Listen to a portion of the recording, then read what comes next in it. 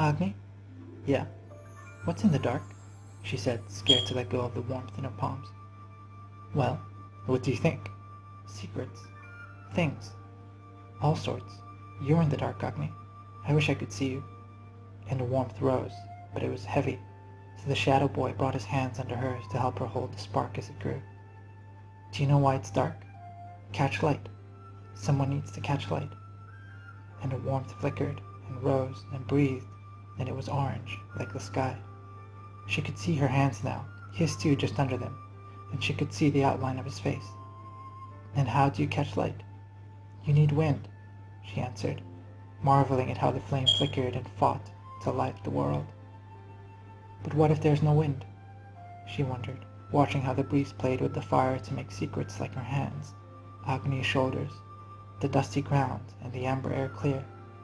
Then you sprint, he answered. Do you know how to sprint? Believe. That's right, you believe. I believe, she said as the ember grew to a torch. She smiled as it danced and warmed her face.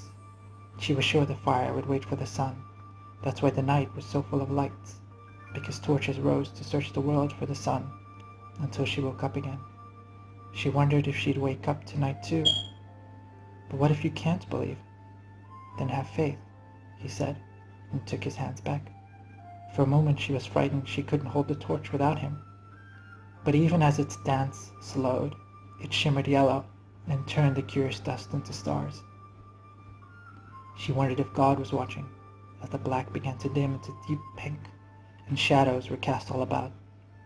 Shadows were clues, she was sure, clues to amazing things which danced and hoped they were found, till the sun woke up and made them clear. But it was scary. She never knew what a shadow belonged to. But what if you can't have faith? She asked him.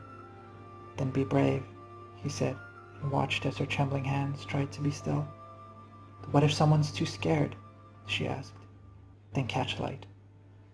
And all the world aglimmer in deep violet turned and flooded in swaths of sunlight, deep orange water and scarlet wind streaming with emerald stars, as the sun stirred, and then secrets buried deep in the amazing shadows.